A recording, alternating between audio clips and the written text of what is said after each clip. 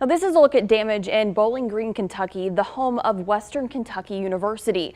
The university postponed Saturday's commencement after that severe tornado outbreak. Now, this upcoming Saturday, their football team will head to Florida to play App State in the Boca Raton Bowl.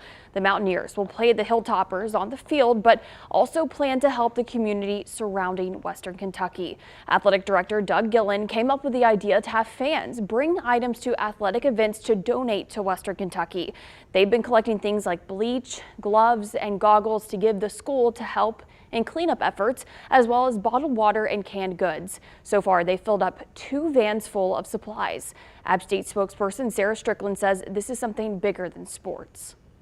I think, athletics is a family, but, whether it's within or whether it's against an opponent, whether it's within the conference or nationwide, and you just want to provide some hope and provide some support for someone and just know that, we're all in this together, regardless of what colors we wear or what our letters are. Strickland says they've been impressed so far with the response. They'll continue to collect items before tonight's men's basketball game. If you donate, Strickland says you can get 2 free tickets for an upcoming App State sporting event.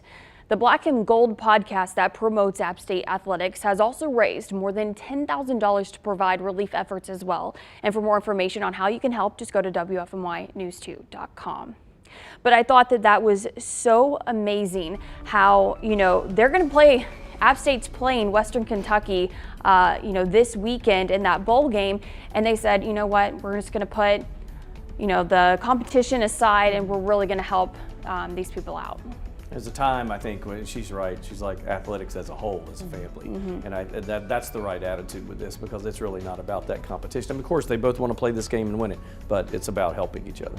It's nice to see all these different organizations coming together to provide support to other people in other states, because when I was talking to the folks with the Red Cross, and when we take a look at that video, the aftermath, it's a lot of damage, and he says they're going to be out there assisting for weeks and weeks to come. The people with Samaritan's Purse said they still had crews out helping folks down in Louisiana for Hurricane Ida, so a lot of help is needed. Yeah, certainly just looking at those images, I'm just sitting there, trying to compose myself to prepare to do the weather, but just watching it over and over again and just imagining those used to be homes. Those used to be buildings where people would go to work every day, and some folks still today can't even find family members because of collapsed buildings and such like that.